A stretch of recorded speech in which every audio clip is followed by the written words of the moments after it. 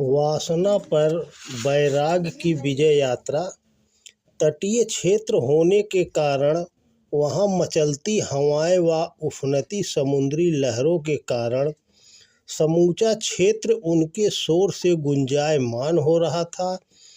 किंतु इस अशांत कर देने वाले अवरोधों के मध्य भी न जाने ऐसी कौन सी बात पैदा हो गई थी जो तट के एक ओर अवस्थित भिक्षुओं के दल में प्रशांति के राज्य को स्थापित कर रही थी।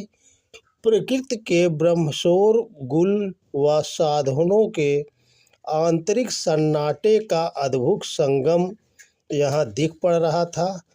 प्राकृतिक की इस विधि व्यवस्था से सूक्ष्म तारतम्यता को स्थापित कर बाह्य व आंतरिक तरंगों को शांत करती एक अति मधुर ध्वनि उन्हें सुनाई पड़ी। प्रकृति अवरोध नहीं अपितु सहायक है, अतः प्राकृतिक प्रभाव रूपी अनुकूलता में समाहित हो जाना ही श्रेयस्कर है। यही योग जीव में आत्मस्वरूप के बोध को जागृत करता है, अन्यथा इसके विपरीत दूराग्रह के कृत्य जीव में चित्र विचित्र उलझने ही पैदा करते हैं। इसलिए हे मुमुक्षुओं, परम गति हेतु आत्म स्थिति को यथासंभव सहज व शांत बनाने का प्रबल पुरुषार्थ करो, तभी प्रकारांतर से बुद्धत्व की परम संभावनाओं को साकार होता देख सकोगे। यह जागृत वाणी भगवान बुद्ध की थी, जो अपने शिष्य मंडली के कल्याणार्थ उनके समक्ष अनेकानेक प्रकृति के रहस्यों का उद्घाटन कर रहे थे।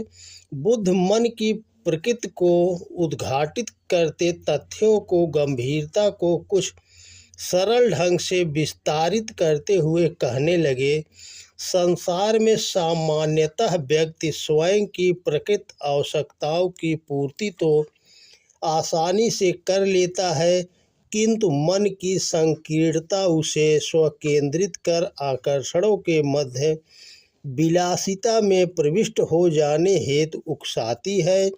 अतः ऐसे अवसरों में उसका सुरक्षित रह पाना दुष्कर हो जाता है और इसी गुप्तावस्था में भोग के कितने ही जन्म बीत जाते हैं और वह इन घट चुकी घटनाओं से सदा विस्मृत ही बना रहता है।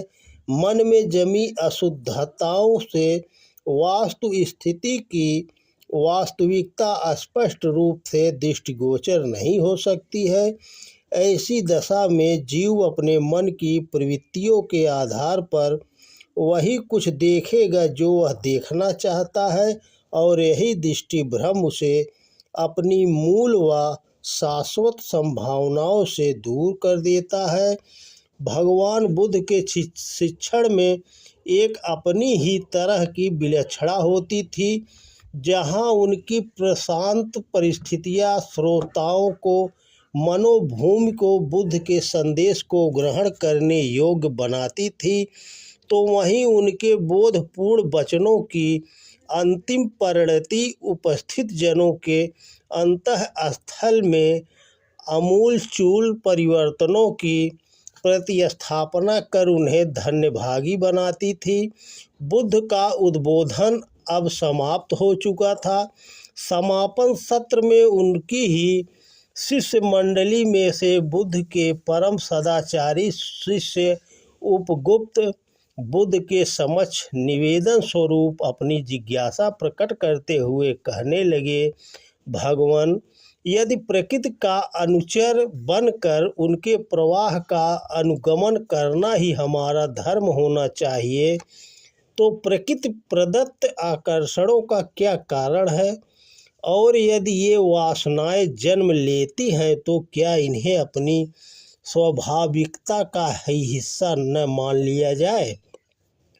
बुद्ध शिष्य उपगुप्त का समाधान करते हुए कहने लगे, भंते, आकर्षणों में कोई दोष नहीं है, किंतु यह जान लेना अति आवश्यक हो जाता है कि इन आकर्षणों का उद्गम स्रोत क्या है।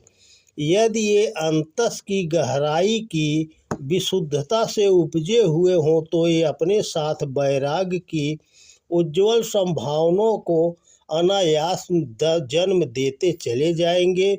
किंतु यदि ये किन्हीं अनित्य साधनों जैसे शारीरिक अथवा मानसिक तलों में व्याप्त अशुद्धताओं की उपज हो तो ये वासना को उकसाकर उसमें लिप्त जीव को अवनति के मार्ग पर ले जाएंगे। अनित्यता को अपनी स्वाभाविकता मान लेना ही तो अज्ञान है।